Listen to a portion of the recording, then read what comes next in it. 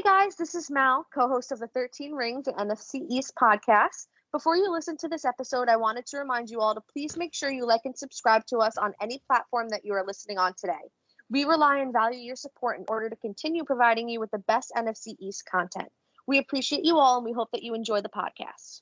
Hey everybody, welcome back to 13 Rings and NFC East podcast. I'm your host with Lucas, Mel, Maurice, and Earl, and we have a very special guest, our first ever Eagles guest, Shane Haff of Eagles Pin Pool Network. Shane, welcome to the podcast. Welcome. Thanks for having me on. Okay, first off, I just want to say for our listeners here, I practiced that a decent amount before we got started, and I really thought I was going to butcher that. So I feel good about this is a good start to the podcast, Shane. This is a good start. And like we said, you are the first ever Eagles content creator that we've had on here. Maurice, we are sorry that we have neglected your team up until this point, but they did win the most recent Super Bowl. So, we all got a little bit of hate. No, I'm joking. No hate. But, seriously, happy to have you on, Shane. I'm glad to be here, and since you nailed that intro, I'll try not to mess it up here where you have to restart. Oh, no. We won't restart the whole entire thing. We already got the intro. That's not getting restarted. We're not doing that again. Nope, because I know I can't do it twice. But on that note, I'm going to let Maurice take over because this, Maurice reached out to Shane, and, I'm going to let Maurice take it from here. Thank you, Lucas. Yeah, Shane, good to have you on, man. I really do appreciate you taking the time to be on our podcast. Yeah, absolutely. Let me ask you this. I'm gonna ask you a couple questions. Let me start with this one right here. Talk to us about your football background and what got you into the Philadelphia Eagles. Yeah, so I grew up in Oklahoma where it's not quite Texas level of football runs everything, but football's a big deal around here. And so, as a kid, I was really into football. I never played football, never quite had the physique for football, but I always loved watching the game. And as a kid, Oklahoma doesn't have an NFL team. And so I just liked players. And so when I was a real little kid, the first team I ever liked was actually, and I don't say this too often to Eagles fans these days, but the first team I ever liked was the 49ers. Wow. Yeah. I liked Steve Young and Jerry Rice. And, I remember watching the Monday Night Football game where Steve Young got the concussion that ended up ending his career as a kid. And so after he moved on, I still followed the 49ers for a little bit. And then I migrated to liking the Titans because I liked Steve McNair and Eddie George. And then it was the Eagles for Brian Westbrook and Brian Dawkins. And for whatever reason, the Eagles stuck once I got there with Westbrook and Dawkins. You got older, you matured, you settled down. Look, when I was a kid, I remember when I was like 6, I liked the Dolphins because of their helmets, the logo on the helmets. So I get it. No judgment. Yeah. Now, did you ever come across, well, first of all, have you been to an Eagles game in Philly?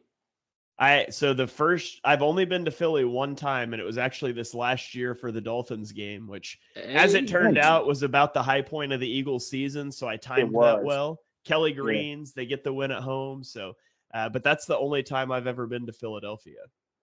You was here right before the downfall. I think the downfall was the Bills game. Yeah, it was it. I don't want to relive that. All right, so why did you start your Eagles podcast? Like I said, I love football. I first got into Eagles stuff on the writing end. I joined some Facebook groups back in the day, and the Facebook groups were kind of trash. And so I started my own. And when I would see people saying intelligent things in the other groups, I would invite them to mine. And I started doing every Monday, I would do write a post about my takeaways from the game. And eventually the people in that group told me I should start a blog. So I started a blog. And then when COVID happened, I ended up moving to a website where I was writing, and they convinced me I should podcast. And so I actually started a podcast that was covering the whole NFL because it was a Philly website that already had a lot of Eagles coverage. And along the way, I ended up getting picked up by SB Nation to do post-game shows for them. And then, of course, when they shut everything down this last summer, is when I launched out with a couple people from BGN Radio to start the Eagles Pinpool Network. And you Nice. said before the pod you're a part of another Eagles content creation besides Pinpool. Yes, Edge of Philly Sports. They've got a good YouTube presence, and I worked with them for a lot of years. And now, one of the shows that I did for them, that first podcast, Chalk Talk, it still goes out on their stuff, but it's also a part of our Pinpool network. So we kind of work side by side there. Yeah, that's one of the reasons I really started to take interest in your work, because you really get down to the X's and O's, and you break down film, and that's something a few of the football podcasts out there don't really do. I do take interest in that, so that's what really got me interested in your work in particular. You Yeah, talked about it. You talked about it, Dawkins and Westbrook. Who was your favorite Eagle? it's probably got to be Westbrook. I loved watching Westbrook, and that was back like I was getting into the early iterations of fantasy football.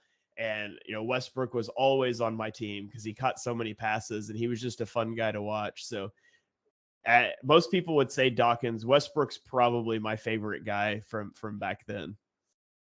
Okay, okay. And your one favorite Eagles memory or play? Eagles memory. I mean, it's hard to not say the Super Bowl, but that just seems like that's what everybody would say. So I'll go back to the NFC Championship game of that year. That the flea flicker that they opened, I think it was the second half with, for the touchdown. Like Yeah, when that happened, it was at that moment that I knew the Eagles were going to win the Super Bowl, and I just remember like thinking, like, you're ahead in this game, and you come out and you burn that play just to ice the Vikings. That's probably the one I'd have to go to non-Super Bowl. yeah. That Vikings game, it was a toss up at the beginning. I think I can't remember the player's name. The one who picked off Kirk Cousins for the touchdown, the pick six, that kind of turned the tide in that game. Yeah, it was Patrick Robinson, I believe. Yes, yes, yes.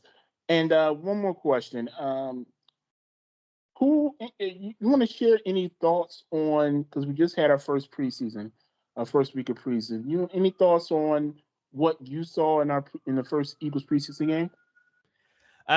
Yeah, I thought it was encouraging in some aspects, especially like the cornerback and linebacker depth. I thought Keely Ringo played really well in that game.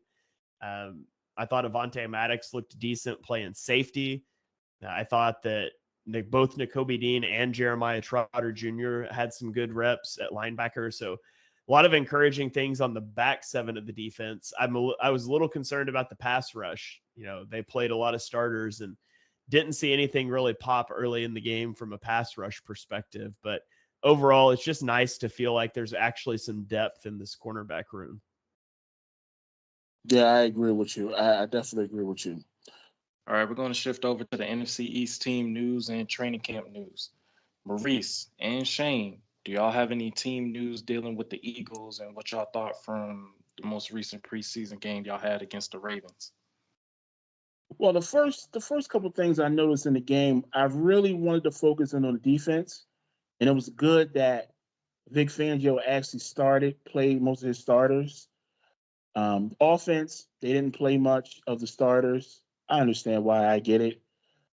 But real quick on offense, I did notice Lucas's guy, Johnny Wilson. We talked about him last week. He's starting to look like he's going to be receiver 3. Surely because Anaya Smith and Paris Campbell are not really doing anything so far. Smith didn't really wow me at all. He didn't really show anything, especially in the return game. So it looks like Johnny Wilson has the edge right there on receiver 3. I don't know what that does for Devontae Smith. Does he play a little bit more slot? Does he stay outside and Johnny plays a little inside? What do you think about that, Shane? Yeah, I think wide receiver 3 is potentially a big issue for the Eagles, which sounds silly when you've got A.J. Brown and Devontae Smith and Dallas Goedert and Saquon Barkley to be worrying about wide receiver 3. But while the Eagles Oh. probably have a top 2 or 3. Did you just say Saquon Barkley? I did. He plays for the Eagles now. Oh yeah. Yeah. We're not allowed to say his name on this pod. Oh, see, I missed that in the notes. No, So I could see it, No, but you're good. I just had to mess with you. Go ahead, continue. we have Kenny Gainwell and the Eagles have, probably like a top 3 wide receiver duo in the NFL, but their wide receiver 3 situation is probably near the bottom of the league. So I think they need to. I don't know, Shane, because let me tell you, a 6'8", what is Johnny Wilson? 6'6", 6'8"? That's 6'7", I think. That's a pretty big body there. And if he hits, that's a steal in the draft, because he was what, a 6th round pick for you guys? Yeah, he shouldn't have fallen as far as he did for sure. And he looks really good as a blocker. I just haven't seen anything from him as a receiver yet. And I want to see that some more, but I don't need to see John Ross play football anymore.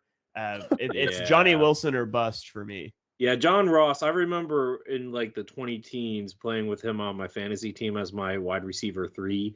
But I'm going to need him to retire. But no, I mean, the thing is with Wilson, I feel like for you guys in wide receiver 3 in general, do you really need a prolific wide receiver 3 at this point when you have weapons like, I was about to say Bretton Selleck, Dallas Goedert and Saquon Barkley as like other tertiary passing options besides the dynamic duo that you guys have? I don't feel like so Johnny Wilson, he can come along slowly. I wouldn't worry about it, honestly.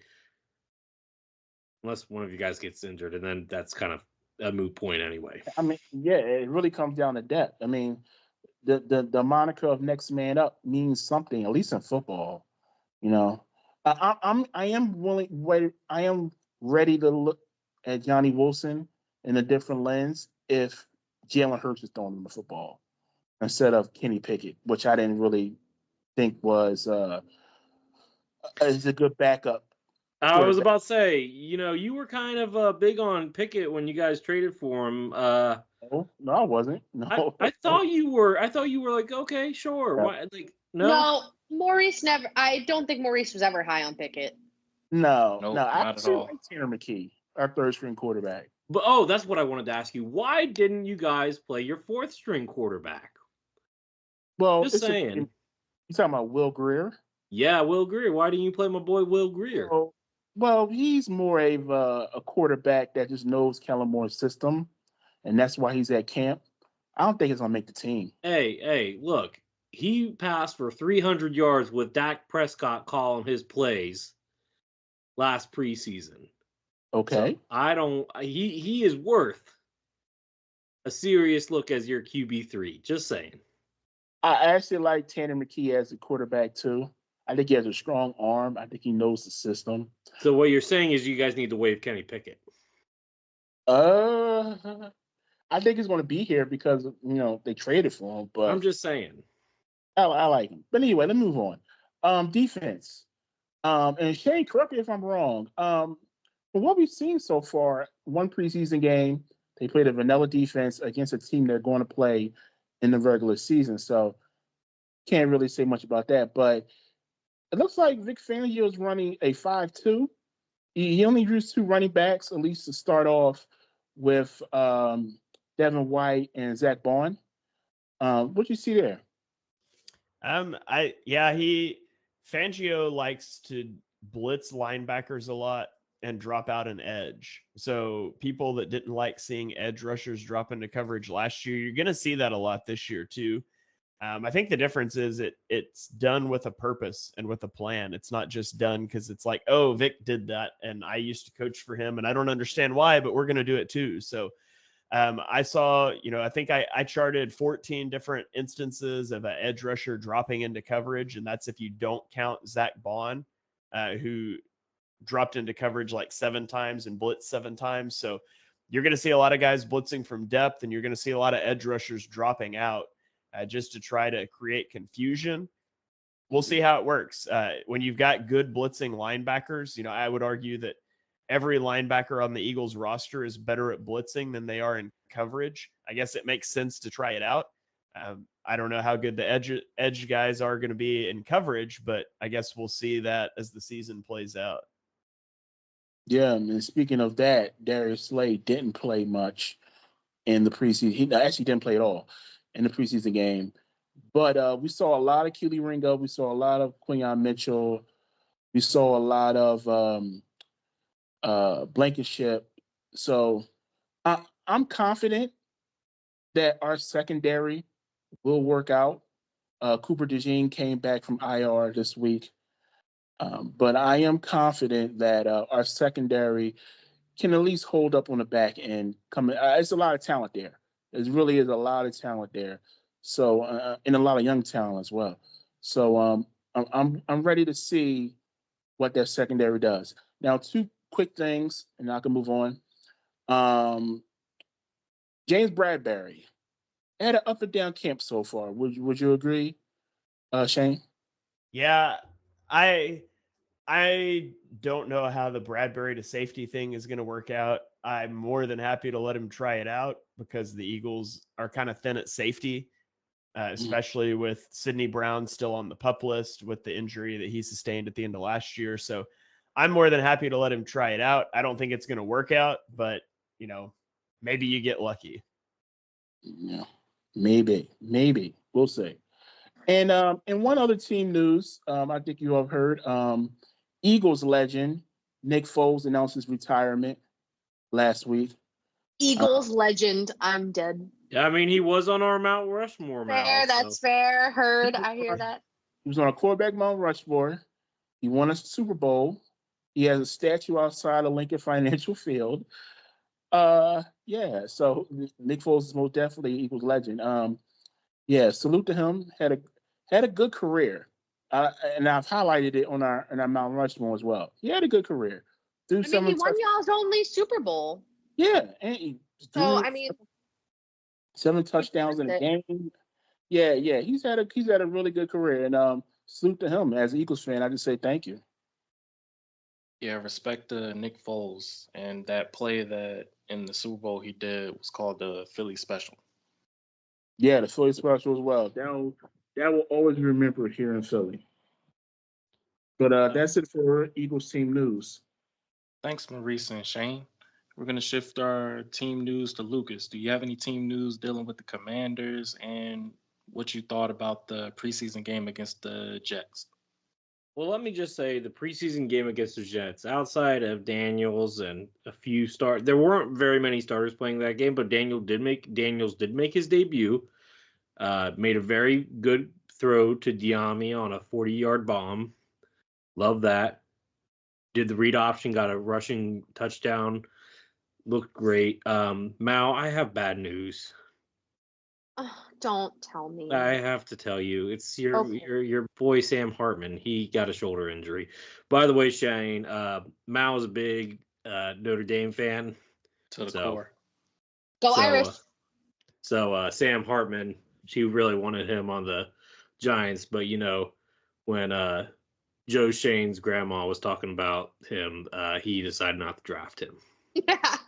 Listen, the hair, I get it, but no, I'm so upset about his injury. Do we know how serious it is? It doesn't seem to be serious. They are holding him out for the time being, but it's not projected to be long term. All right. Well, I mean, right now he's QB4. The injury does not help him get to QB3. It seems Jeff Driscoll's job to lose there. Right. Let's see. Outside of that, Emmanuel Forbes still got cooked a little bit in preseason. Not a good look. He's starting to give me a little bit of bust vibes. Hopefully not. Hopefully he can turn it around. But it's just there's a lot of problems there that need to be fixed. And it's not just the weight. But Jamin Davis did look good in limited play. It seems like they are working him into the edge, but in the meantime, he's also going to help out with linebacker depth. It seems like his spot on the roster is, in fact, safe for the time being. But, a guy that I'm going to say to keep an eye on here, and I don't think he'll get cut, but it's really interesting how much a new coaching staff can change things. Jahad Dotson played for the whole first half. Catching passes from Jeff Driscoll by the end of the first half. I don't know if Jaha Dotson is going to be starting. It looks like De'Ami Brown right now is beating him out for that wide receiver 2. Possibly. Yeah, Dotson's stock is sliding. Yeah, it's sliding drastic. fast. Yeah. Mm-hmm. So that's something to keep an eye on. And it doesn't help that the Commanders waived their kicker Razmin Ahmed for veteran wide receiver Martavius Bryant, who definitely fits the profile of a big physical wide receiver that we've been missing on the opposite side of Terry.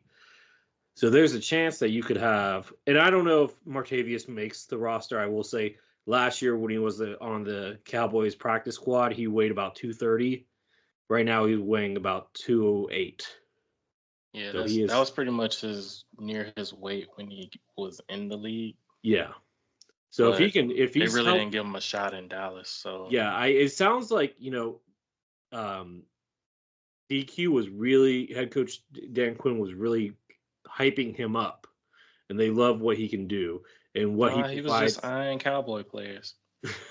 Got him on speed Are you going to dial. let that go, Earl? Are you going to let that go? No, I still think there's some tampering going along that. Well, unless you can prove it, how about we move on, sir? Okay, I need proof. I will get you that proof soon as I can. It's just not in this. So you're done with your news?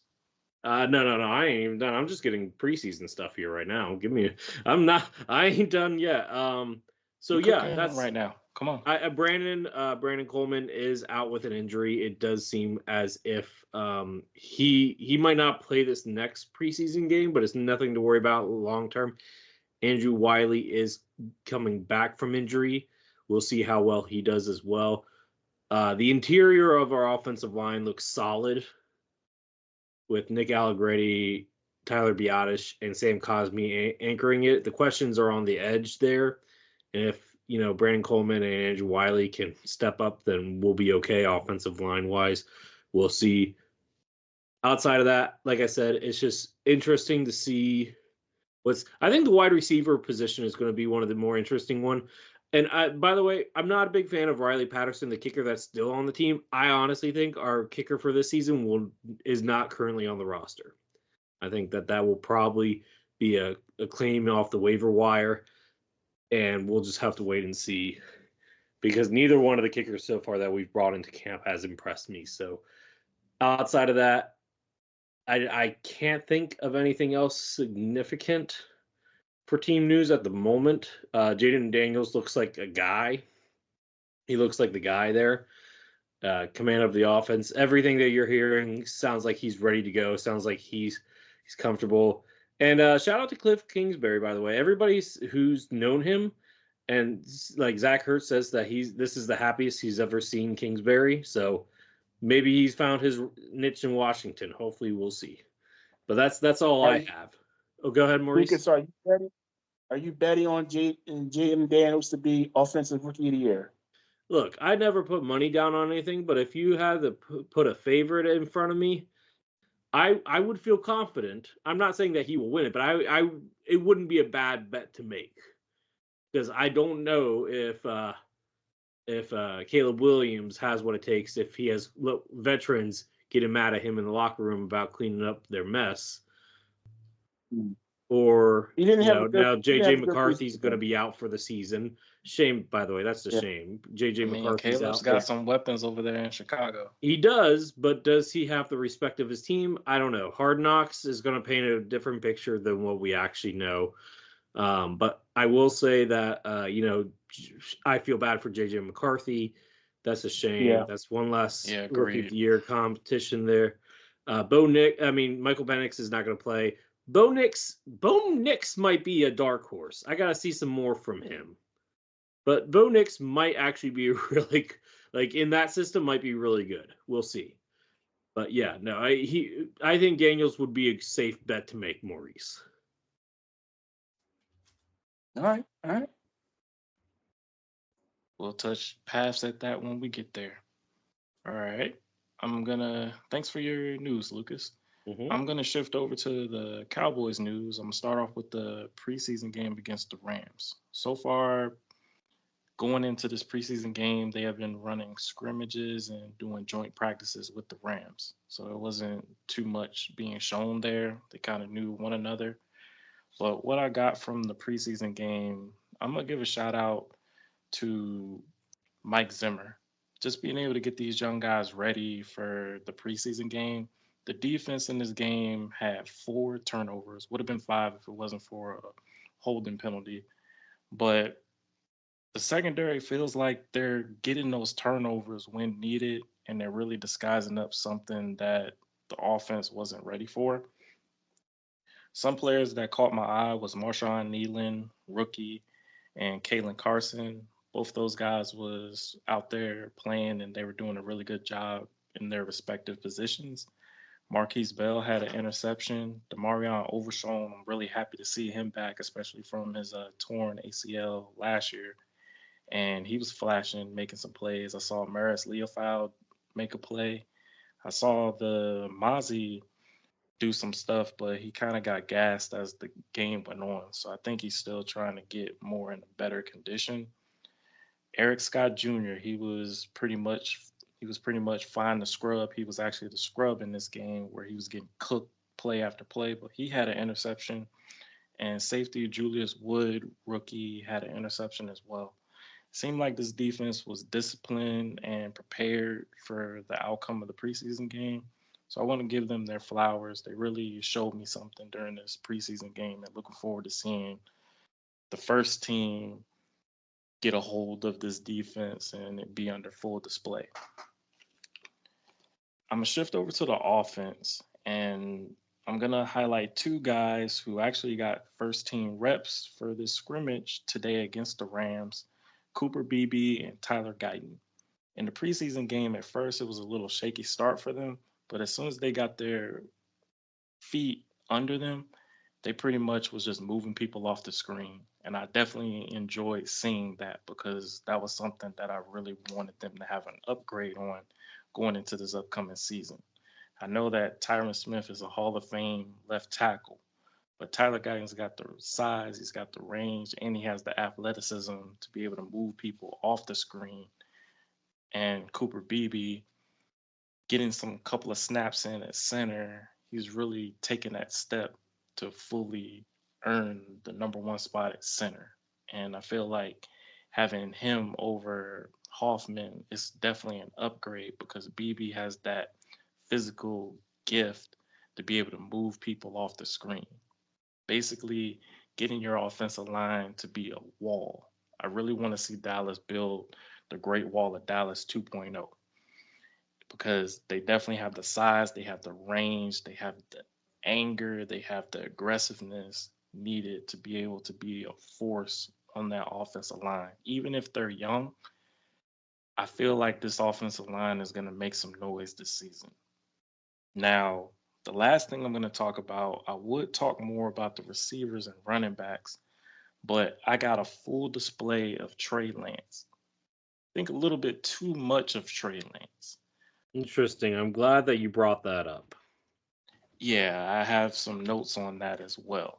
And before I do that, I do have one news for Cowboys Nation, and I hope y'all hear me with this. Y'all got to stop slamming your star quarterback over a guy who is pretty much playing in the high school level in year Ooh. 4. Mm. You basically have to look at what Trey Lance has done and see how he could threaten Dak Prescott. From the looks of it, he hasn't done anything. And for you, Cowboys Nation, you got to stop doing this and start doing what I'm about to say. Most of y'all watch with your ears instead of watching with your eyes. And that's the problem. Y'all got to stop that. Y'all got to stop hearing things from the media because they're trying to brainwash you into things about a player. Look for your eyes. And I feel like most people watch with their ears instead of watching with their eyes. So watch more with your eyes in this preseason game. Trust me, you will be pleased. Now back to Trey Lance. Trey Lance, he has the athleticism. There's upside to him. But this brother's in year 4 and he's not understanding what he needs to do. And one thing I feel if he fix it is going to be something that's going to take him a long way. He's not processing the field. His processing is bad. In this game, even though it was preseason, I feel like Dallas would have blew out the Rams because Trey Lance missed 4 opportunities of touchdowns if he would have just processed the field better. There was one where he would have got his tight end. There was one where he got 2 of his receivers on the go. And the other one is if he would have just did a dump off to the running back. I feel like for him, he's got a lot more that he's got to work on. And I actually had a QB comparison for him. And y'all might not think it, but I have him as a comparison to Josh Allen. Josh Allen in his first 2 years, he was not accurate. He wasn't processing the field as well. But after those 2 years and being able to work in the QB camp and working with Tony Romo, he was able to fix those things and become a top-notch quarterback in this league. So I think that would be the best comparison for Trey Lance because he has an arm. He just got to fix his mechanics of his arm because some of the passes he had, he was throwing to Jesus. And I feel like if he just fixed his elbow a little bit and worked it a little different and still got the football there, he would have been fine. But with him having his elbow so low, he was just launching to the sky with the football and was missing a lot of his key targets. So I think for him, he's definitely got to get his process going because that's going to be his key component for him to be able to stay on this team, also looking for suitors as well, looking for a quarterback. He might not get a big contract, but if he gets a smaller contract, that's cool. But I can see him being QB2, but he's going to have to work on his processing because for him to have as many reps as he did, throwing the ball 41 times, yeah, that's crazy. That's too much. You got other guys trying to make this team, but you're ruining their chance to show what they can do while showcasing one player. So I think that's reverse cheap by the Joneses because they spent a 4th, so now you got to use them. So, but Earl, other than I have a question about Trey Lance. may have an answer. No, well, maybe not about Trey Lance, but about the Cowboys. Besides Dak, Cooper Rush, and Trey Lance, are there any other quarterbacks on the roster? No, it's just those 3. Okay. I just wanted to be clear. Where are you going with this? Well, no, you said him taking that many snaps was stopping people from making the team. Are you referring to other? I'm talking about running backs. I'm talking about the wide receivers. Okay. Like the wide receivers did him no favors, but they couldn't catch the ball because he was throwing the ball to Jesus. He was throwing the ball to Jesus. Mm-hmm. Or I literally can't. Your iterations sometimes are the best in the world. I love it. Just absolutely love it.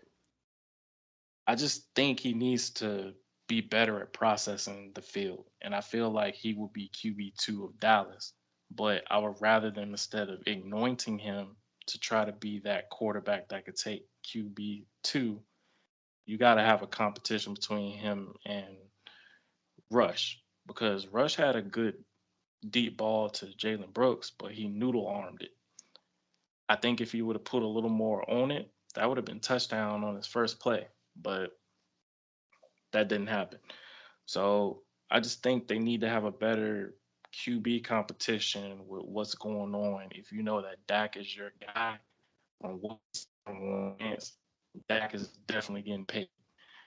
But if you're looking at a QB2 spot, let Lance and Rush battle it out to determine who will rightfully earn the QB2 spot.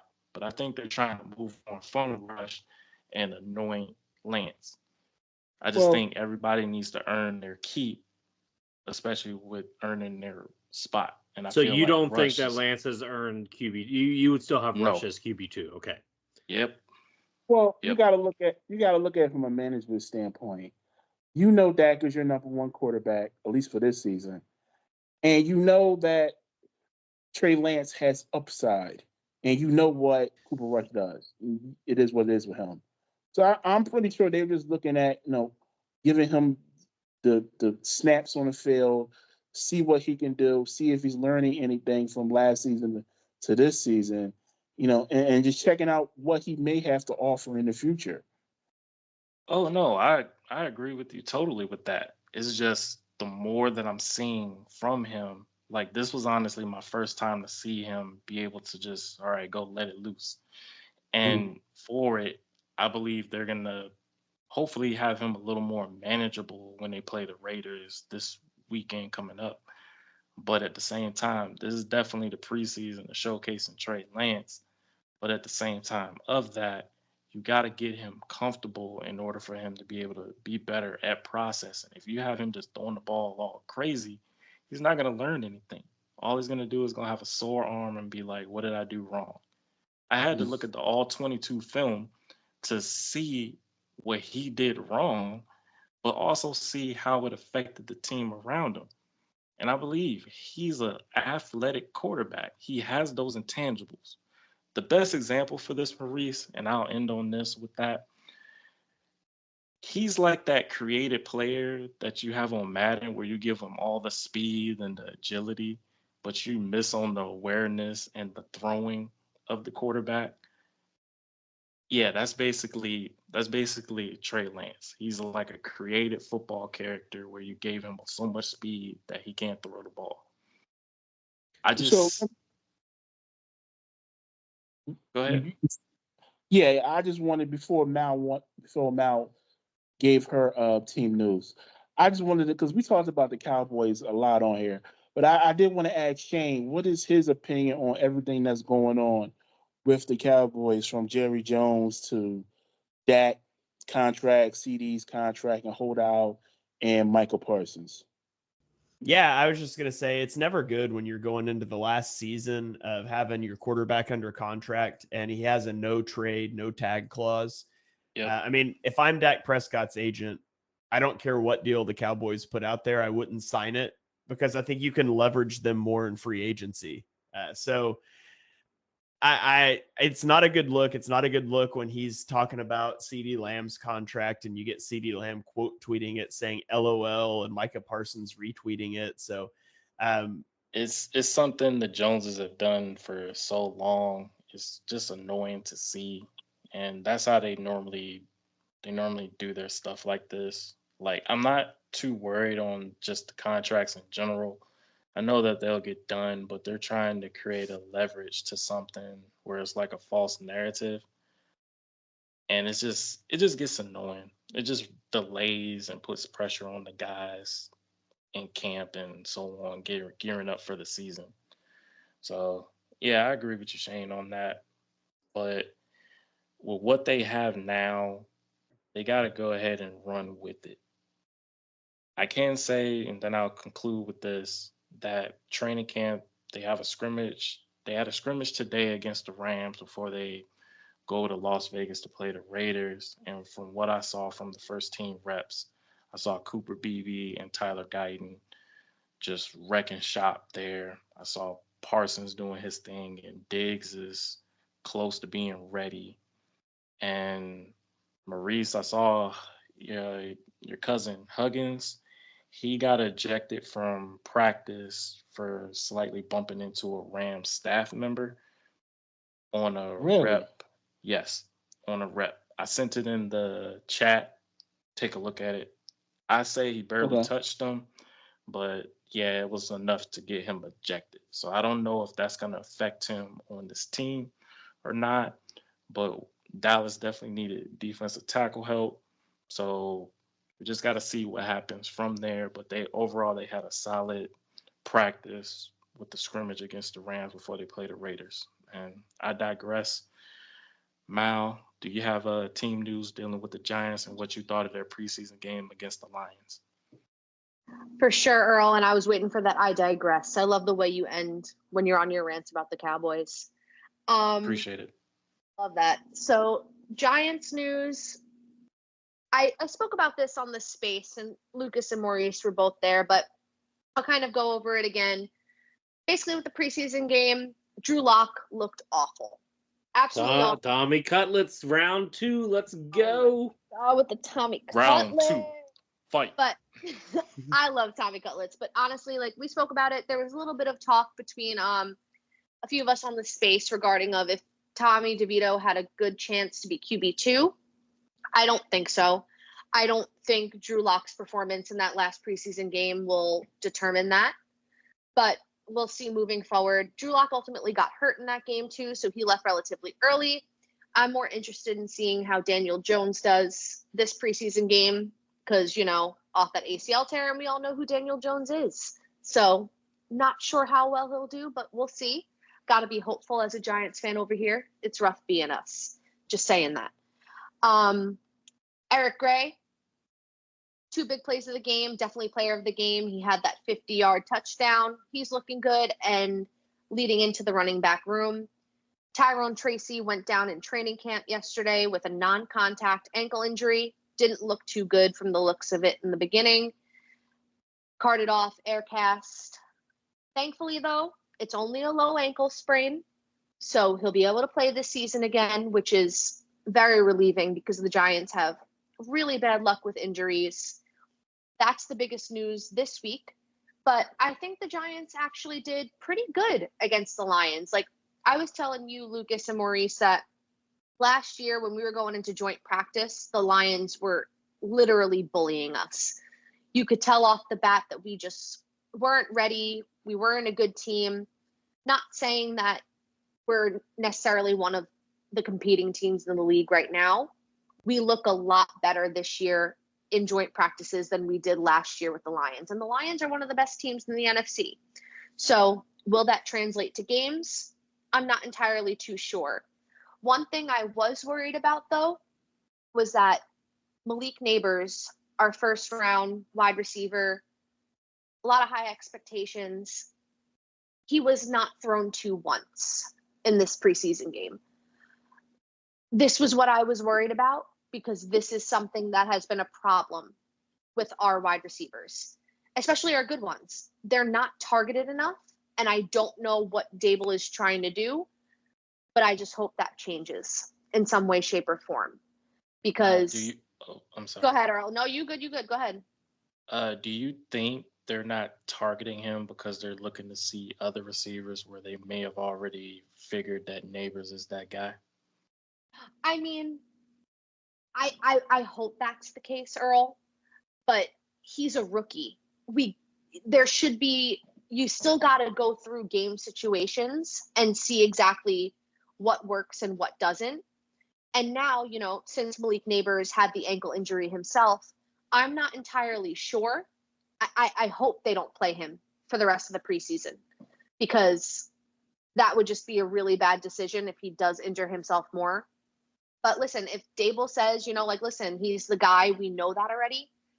I don't know if I necessarily think that's the best way to do it. I think that these guys need to get actual reps in games, actual targets. Hopefully, we see a difference if he does play in preseason. But like I said, that's all up in the air based on his injury. That's really all I got for the Giants. Oh, well, can I say? Go ahead, Lucas. Yeah, sorry. Mal, can I say, is it really Dable making the call that he's not getting passes thrown to him, or is it your quarterbacks? Because I saw a few plays where he was wide open. Listen, and that's why I said Drew Lock literally looked awful. He looked terrible. I don't feel comfortable really with him or Tommy DeVito being QB2 because you guys know Daniel Jones's injury history. You missing Tyrod Taylor already?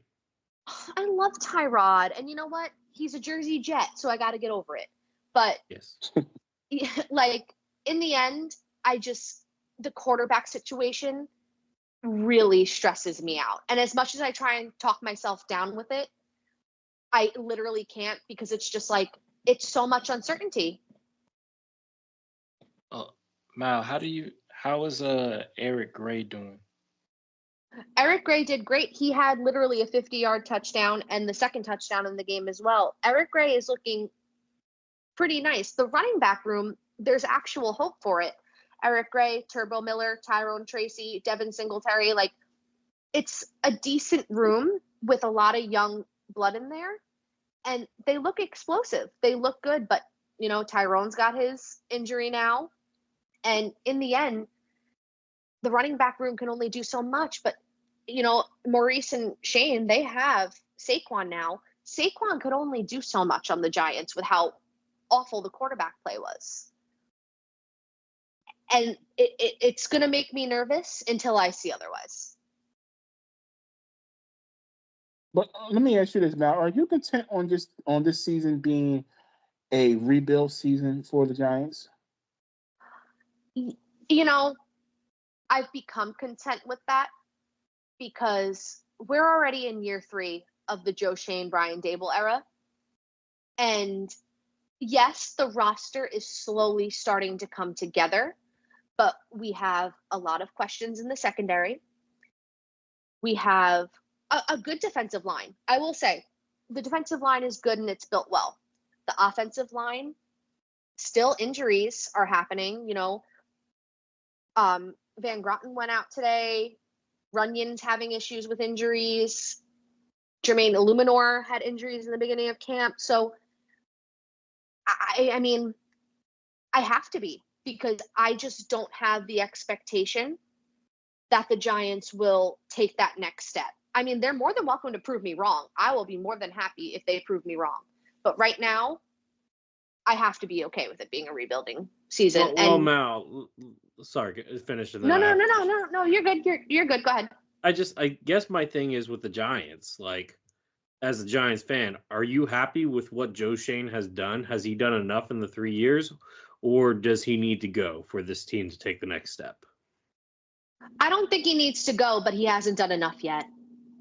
Because, like, I feel like 3 years, and I get that, after his first season that Daniel Jones had a really good year. I get it. But not drafting at least a quarterback in, like, the later rounds in any of those years? Yeah, I don't know. Like I said, I just want to win football games. We've been so terrible for literally the past few years. And, the 2022 playoffs, Giants fans talk about it all the time. That was cool. That was fun. But we're going in the right direction, but not quick enough, if that makes sense. Okay. That's all I'm going to say on that. If they don't show at least some type of improvement this year, Joe Shane better feel his hot seat, because 4-13 or 6 and whatever, it's not going to cut it. It's not going to cut it. Simple. Okay. Well, let's go ahead and switch from team news, and I think Maurice is up first. Yeah, so let's talk about the mailbag for this week, and it's brought to us by, coincidentally, the Philadelphia Eagles. So, Shane, you can feel free to jump in and answer the question if you want to. So, I have 2 questions this week.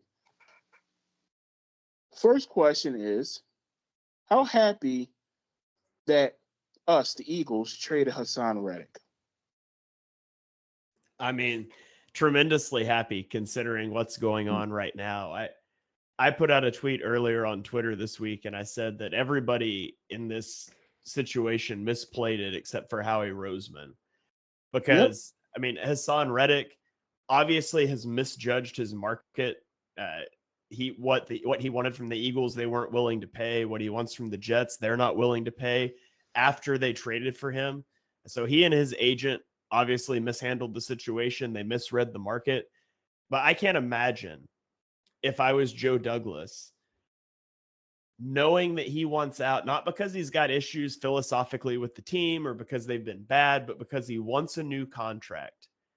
How do you trade a 3rd-round pick for a guy that wants a new contract and not have that contract worked out in advance? I mean, look at the Brandon Ayuk situation. You've got the Steelers reportedly already have a contract worked out with him if the 49ers okay it.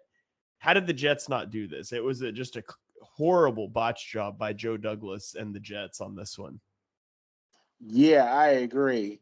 Now, one thing about his contract, Eagles can actually get a 2nd-round pick if he plays enough snaps. Now, does that carry over to if they trade him to another team? I'm not 100% sure how that works. I can't even think of an instance where someone was traded for conditional picks and then traded again. So I'm not even sure that there's precedent for that. So I can't answer that question. It should be noted that the Jets did state that they do not plan on trading Reddick at this time, and that he needs to report. So we'll see how that plays out. Yeah, it's a leverage play right there. It certainly is. We'll see how that goes, but the Eagles definitely dodged the bullet. One thing I can always say about Howie, two things I can say about Howie. Howie Roseman may never be the best drafter, but when it comes to salary cap and salary management and trades, he's right up there at the top of the league for general managers. Absolutely. He doesn't wait and let a player's value increase over the offseason. He'll sign AJ, he'll sign Devontae, he'll re-sign all his guys early in the offseason before other players at that position value. They also get an extension or a new contract, and their value of the player Howie wants to sign goes up. So he doesn't waste time with that, and that's one of the few things Howie Roseman does really well. One of the many things Howie Roseman, let me say it that way, does really well. Second question. Do you guys as Eagles fans have faith in the tush push will be effective this year without Jason Kelce? That's a good question. It didn't look very effective with Tanner McKee and Kenny Pickett, but I think that's more of a QB thing. So I think it'll be fine. Honestly, I think it's a Hurts thing more than anything. And Cam Jurgens is right there. He's been next to Jason Kelce for the whole thing. So he's just now doing it with Landon Dickerson instead of watching him do it with Jason Kelce. So I think it'll be fine, but I guess we'll see when we get to the season. I'm going to chime in on this one. You may think it's a Jalen Hurts thing. You might even think it's a key thing for Jurgens. It's going to be a determination of a Kellen Moore thing. Because with what Kellen Moore does, I've never seen him do a designated quarterback sneak like that, but maybe he might be able to do that with this. I'm just interested to see how y'all offense are in full display, especially with the short yardage. With that, it might be a lot more lead draws with Saquon, where maybe y'all won't fully have to rely on the tush push. It's going to come down to how successful they are with it early on in the season. I think it's a combination of both Jason Kelce and Jalen Hurts. Now, Jalen Hurts can squat 600 pounds, and Saquon could squat pretty much the same amount of weight. So they got the push there to do it. Street Fighter legs. Yeah, and I'm gonna call them the thigh guys now. The thigh. Oh, all right. That sounds catchy. I get that. So, like I said all off season, I'm confident in Cam Jurgens as the center of the future, the president of the future for the Eagles. I'm confident in him. So we're going to see how that goes early on. And the league could have banned it. They could have banned the move, but they didn't. So anybody on any team can do it, but the Eagles do it very well. They do it much better. So we will see how that one goes. All right, with that, yeah, for sure. With that said, that's it for Eagles mailbag. It's everyone's favorite time. It's that. Who's that football player? Ding. This football player played on the Washington Commanders back in the 2005 season. This player had a 57.7 in completion percentages, threw for 3,050 yards with 23 touchdowns and 10 interceptions. His career awards, he's a 3-time Pro Bowler and a 1-time Super Bowl champion. Guys and gal, who's that football player? So I'm going to start with I made the football player, so I'm the only one that knows the answer here. Shane, who do you think it is? I don't even know. What was the year again? 2005. 2005.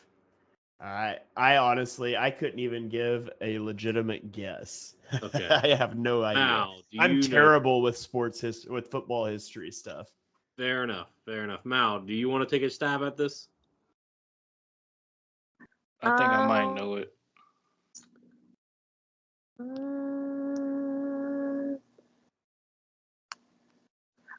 These always get me. I feel like this is actually a pretty easy one. Was it Mark Brunell? Maurice, who do you think it was? Yeah, it's Mark Brunell. Earl? I had Mark Brunell. You are all correct. Yes, it is Mark Brunell. The first time I remember watching the Redskins, it was Mark Brunell being the quarterback. I just had to get my timeline right.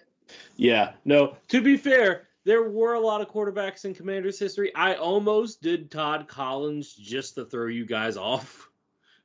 Because I'm like, there's no way they would get Todd Collins, but I didn't have enough good stats to really justify doing Todd Collins.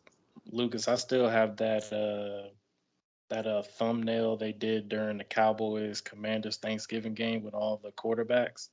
I still have that. So I was ready either way. It's a lot, man. Yeah. Hopefully y'all hit on the one y'all have now. Yeah, I'm thinking that we will. I think he's a guy. He just needs to know how to slide. Lucas, was 2005 your first year, like really being a Commanders fan or Redskins fan? Well, okay, so no, my uncle, he was a Redskins fan for many years. May he rest in peace. But I remember, like I said, when I was 6, I liked the Dolphins because there were Dolphins, and I liked Dolphins as a kid. And then I think cute. around and then around like between the ages of like 8 and 10, then I kind of just settled on Washington. I can't really remember the exact reason why, but I did. And then from there, I just started watching football around the age of 10. So, yeah. Yeah, so that's... Mark Brunell being your first quarterback, that's tough. I mean, look, yeah, we had a good season with him. We had a good season with him and Joe Gibbs. He had his best years in Jacksonville. Oh, yeah. No, he was jersey. 35 by the time he took over for our Q. He was like 34, 35. So, like, he was past his prime. But still, I'll take it. Yeah, no. Alrighty, who's that football player? Mm-hmm. And then, Mal, we have poll questions, don't we? Yeah, we got a few. So let's get started, guys. So this week was the Commanders poll question. So the question was, Washington Commanders fans, would you be happy if the old logo was brought back? Overwhelmingly, the response was yes. Lucas, what do you think? Look, I would love for the old logo to come back. That's not because a lot of people think that because it was based off a real person, is not a caricature like the Cleveland Indians was. Because gosh, let's agree, the Cleveland Indians one was definitely racist. Like, there's no they needed to change it. Yeah, and so like that one, yeah. But like with the Commanders, it was based off a real person. We've talked about this on the pod a couple different times. The question is, if you bring back the logo and use a new name, are people still going to call them the Redskins? I mean, yeah, people are still going to call it, but is it going to be enough for like society to differentiate the old logo with the new, returning the old logo with a new name? I don't know. Right. Would it be cool? Yes. Like I said, in the past, I think if you want to honor the past, you could do like the W with the feathers on there. I think that's a good compromise, but we'll see. Shane, do you have any thoughts on the logos, on the the old logo and stuff? Yeah, I mean, so I'm a small part, probably not enough to claim it, but I'm a small part Native American. And I live in Oklahoma, where there's obviously a lot of Native Americans here. I mean, I taught at a school a couple of years ago that was largely an Indian school, and they were the warriors, and they used it was very similar to the old Commanders logo or the old Redskins logo. Yeah. So I have not personally met people in Oklahoma who are Native American who were offended by the Redskins. And I've heard a lot of people that aren't Native American tell Native Americans they should be offended by it. And I'm not saying that's the weird thing, right? That's the weird thing. Yeah, I'm not saying that there's not and I'm not super in touch with tribal roots or anything. So I'm not saying there's not those people out there. So I don't know that I can have a strong opinion on it other than just saying that I've not come across people in Oklahoma who ever really seem to have a problem with it. In fact, a lot of schools here use similar logos and team names. Okay. What are the other two polls, Mal? Yeah, so the next one is which NFC East team should sign/claim wide receiver Juju Smith-Schuster? And this one was actually pretty close. It was all within, so like it was Cowboys 22%, Giants 27%, Commanders 22%, Eagles 29%. So the Eagles, Really, the Eagles? A lot of people Wow. thought the Eagles should sign Juju. I would have said the Cowboys. I think I did say the Cowboys. You guys I think need I depth. did too. Earl, y'all need depth. Let's be clear. We have the depth. It's just guys this is their chance to take care of the opportunity. Yeah. Rephrase, I actually you think- guys need proven depth. I mean, we have the proven depth. There's not much there. Honestly, y'all guys should sign them because y'all need a wide receiver 3. I mean, look, we got we just signed Martavius Bryant. We're good. Or I mean, like the Eagles though? I don't know. What do you think, Shane? I think the Eagles need a wide receiver 3. I don't think Juju Smith-Schuster is anything special, and I still haven't forgiven him for what he said after the Super Bowl. So even though James Bradbury might have proved him right all of last season, I don't want Juju Smith-Schuster near my football team. Okay. I think he's pretty much a cook wide receiver. I don't think he's that good. He's no more than probably a wide receiver 3 or 4 at best, depending on the team that he's on. I think if our wide receiver 3 is still uncertain after the third preseason game, I think Howie will be looking on the free agency market or trade. And Juju's a veteran too. And you also got to account for what Roseman did when y'all won y'all Super Bowl. He was wheeling and dealing. At that time, got a lot of veterans. Jay Ajayi was one too. Oh yeah, Yeah, Jay sure. Ajayi. I remember him. Yep. I remember him being a first-round pick. Was it for the Dolphins or was it for the Lions? It was the I want to say Lions. Lions. Yeah, it was the Lions, right? Lions. Yeah, that's what I Yep. thought. Crazy. And y'all had LeGarrette Blount too. I liked LeGarrette Blount. I still remember him punching that guy in the face in college, though. That was crazy. Oh yeah. That was Absolutely. So let's get to our third question, guys. Third and final. Which NFC team should trade for edge Hassan Reddick? Commanders, Giants, or Cowboys? People said Commanders. I would have to agree. Yeah, I agree. Look, I mean, why not? We have the salary cap space. We have a need for an elite edge. We don't have. He's about to turn 30, so like he should still be pretty good for the majority of that contract. We can guarantee like the first 2 to 3 years, maybe. I don't know. I don't see the problem there, but they're not going to trade him. I don't think that would just look really bad that would make them look like a dumpster fire. It wouldn't surprise me in the middle of the season before the trade deadline. I mean, yeah, we could still make a move. I don't know. I think the team is just evaluating what we need this year, but like, yeah, clearly edge is a need. We'll definitely address that at some point. Yeah, fair enough. Okay, so now we're gonna switch from polls to team trivia. Earl, you are the last one that can answer this one. Okay. Hooray! He says, "Hooray." All right, give me 1 second here. Let me pull up the question here. It was a Cowboys trivia question, and the question was, which former Dallas Cowboys player holds the franchise record with 84 career fumbles? Shane, you want to take a guess on this one? Shoot. Take a Come wild back guess. to me. Okay. Let me think. Now. You said 84 career fumbles? Career fumbles. Yep. And by the way, no, Earl, I am not trolling your team. It just was the most random stat that I could think of. Is it? No, it's like- I think I know it. Who do you think it is, Mal? Dorsett. Maurice, who do you think it is? Well, it's obviously a running back, so it could be a quarterback, but I doubt it. I'm going to go with, this is a stab in the dark. I don't know. I'm going to go with. I'm stuck between Dorsett and Meredith, but I'm going with Dorsett. Yeah. I'll go Elliott. Really? Ezekiel Elliott. Okay. Shane, you got one now? I'm gonna zag and say a quarterback. Give me Tony Romo. Okay. And Mm. Earl, who do you think it is? I already know it's Dorsett. Yeah, 84. Mal and Earl are correct. It is Tony Dorsett. Oh. Mm-hmm.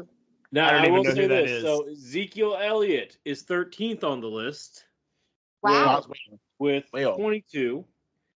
And Mal, you said Don Meredith was the Yeah. other option. He was 70. He was second with 71. And Tony Romo is fourth with 62. Wow. Yeah. Shane, you weren't that far off. Top 5, I'll take it. Yeah, there you go. Yeah, actually, 4 of the top 5 are quarterbacks. Don Interesting. Meredith's 2, Danny White's 3, Tony Romo's 4, Troy Aikman's 5, Dak Prescott is 6, Roger Staubach is 8th. How high is Emmitt Smith on that list? He's 7th. Okay. Because I almost guessed him just because I knew he was there for forever. Yeah, I mean, look, he had NFL 55. all-time leading rusher. Actually, him and Staubach are tied at 7th with 55 each. So take that as you will. But yeah, no, Tony Dorsett. Good job, guys. And I'm going to let Mal play us out this time. So, Shane, thank you so much for coming on our podcast. We absolutely loved having you. Thank you for being our first Eagles guest, by the way. Yeah, absolutely. Thanks for having me on. It was a good time. Shane, let us know where everyone can follow you on. Yeah, you can check me out on Twitter and YouTube at Shane Haff NFL. That's Haff, Haff. And you can also check out my Eagles podcast network, Eagles Pinpull Podcast, wherever you stream your podcasts. Amazing. Awesome. So, guys, make sure you follow Shane. Awesome. And make sure you follow us too on Amazon Music, iHeartRadio, Spotify, and Apple Music at 13 Rings and NFC East Podcasts. Make sure you follow us on our socials, Facebook, Twitter or X, Instagram at 13 Rings and NFC East Podcasts. And make sure you subscribe to us on YouTube. Make sure you tune in on X this Sunday for our Eagles Space. You guys have a fantastic night. See ya. Blessings. Go Birds. Good birds. Good night, y'all.